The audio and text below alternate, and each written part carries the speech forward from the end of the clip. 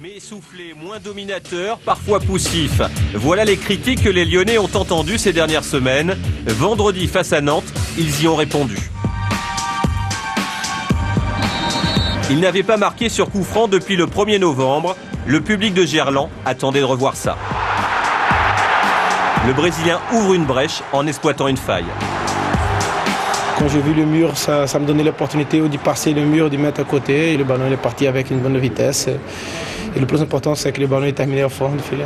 9 minutes de jeu, l'actuel capitaine marque son 5e but sur coup franc cette saison. Dès qu'on arrive à mettre sous pression l'adversaire et à récupérer des ballons assez hauts, après on arrive à les exploiter. Et puis à l'image de Sylvain Wiltord, les attaquants viennent chercher les ballons. Le duo Karim Benzema-Fred est au point, même s'il ne connaît pas une fin heureuse. Le tir du jeune attaquant est détourné par Tony Hortebise, effleuré par Jérémy Toulalan, et puis dévié par Fred, juste avant le tir de Sylvain Wiltord. Ce qui m'a fait plaisir surtout, c'est la vitesse des enchaînements. Une vivacité qui en première période oblige les Nantais à subir. Les champions de France ont retrouvé cette force, imposer les changements de rythme.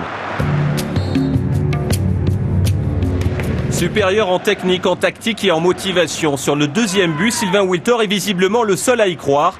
Un effort payant puisque Mamadou Diarra reprend victorieusement. Tony Hortebise est battu une 2e fois.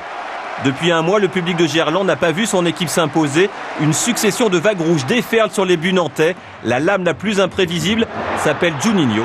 Mais le suppléant de Mikel Landreau a cette fois le réflexe parfait. La première mi-temps, pour moi, était somptueuse. Avant de gérer, les Lyonnais attaquent. Un 3e but à la 57e minute signé Fred. Lyon multiplie les zones de danger.